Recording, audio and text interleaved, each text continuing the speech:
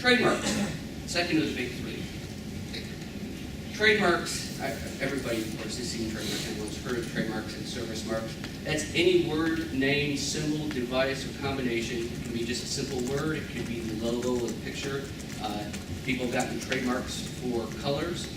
Maybe you think orange for Home Depot, or pink for the fiberglass, for Corning's fiberglass.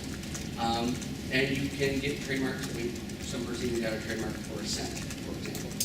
But as long as you're using that mark to identify and distinguish your goods and services from those of others, in other words, you're indicating that the source of the good is from a particular source. That's what the trademark is supposed to be used for. There are 5 different levels of trademark distinctiveness. And unfortunately, the first natural impulse is to come up with something that's at a low level of distinction. Let's talk about that so when you come up with your own trademarks, you'll keep those things in mind. At the highest level, the strongest type of mark, are the fanciful or coined terms. These are letters that form a word or a phrase without meaning. It has no relationship to the product. These are the made-up names. And someone basically said, the best form of trademark is one that's short, vigorous, easily spelled, and meaningless.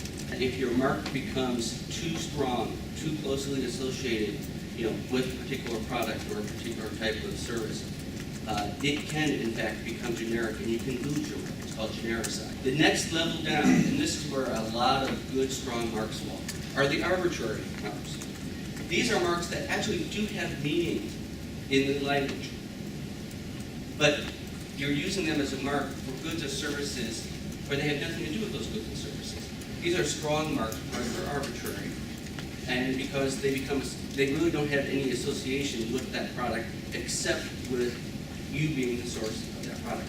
Apple, used for computers, for example, has become strongly associated. Everybody knows Apple computer is a very strong mark. Third level down. This is where actually the bulk of trademarks initially probably fall, are the suggestive marks.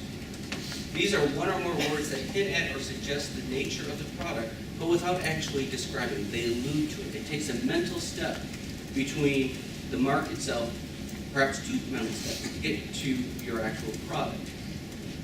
For example, Citibank for financial services, Greyhound bus lines.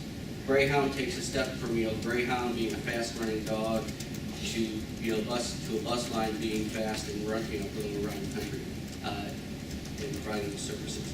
I mean, it can take 2 or 3 mental steps, but there's something about Greyhounds being fast and buses being fast, even though they're not really.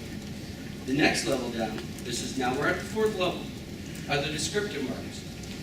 And as I told you originally, this is usually where a lot of people, when they're trying to come up with trademarks for their product, will try to do a play on words or something that incorporates some description of the product itself. This is where a lot of people usually end up. And they usually think this is a great trademark because it's a play on words and it'll suggest my product. Usually, though, it turns out to be one of the weakest forms of mark that you could ever possibly register because it falls into this descriptive category. Words that, in the test here is, do the words that you're using to describe your product, are those also the same words that you're trying to get as your trademark? And if they are, then you're going to run into problems. Descriptive marks are words that merely describe the product or its components or ingredients, or perhaps its geographic origin. These are very weak. You can get them registered in the secondary register, which doesn't provide you any protection immediately. But generally, if you're willing to spend a long time, at least 5 years and a big advertising budget, it's possible for that descriptive term to acquire secondary meaning, and then you can get it registered actually as a protectable trademark. The very bottom level, we talked about the generics, and the generics in this case are not quite the same thing as the generics in the FDA area. These are words that designate the genus of the product, what the product is. You cannot trademark these because the basic principle is you cannot prevent other people from using the genus or a generic descriptor of the product. You can't prevent other people from selling that same product and using that same descriptor to describe their product. I mean, it just is not fair. I mentioned genericide before. One of the things about all 5 of these examples of generic marks These also all used to be at the top level. These all used to be registered trademarks. And they became genericized because people started using them as a generic descriptor for the actual product itself. A modern day example that I hear everyone say, Google. How many people talk about Googling something? You Google using Yahoo, or you Google using some other search engine. You may not be Googling with Google itself. One of the key elements, and Google sends out countless letters each year to the computer press, people in the industry who are talking about using Google as a verb. They talk about Google. Anybody who uses Google as a basically replacement for search, for searching, I'm going to Google this, I'm going to search for this. What you're doing is you are committing genericide to the Google trademark. And that's why they're spending a lot of time and money going out, correcting people, trying to stop them from using Google as a search term. Like copyrights. Trademarks have a basis in common law. You can have a common law trademark. You don't have to register your trademark. You won't lose your actual common law trademark rights if you don't register at the trademark office. But obviously, just like registering copyright, you get some advantages.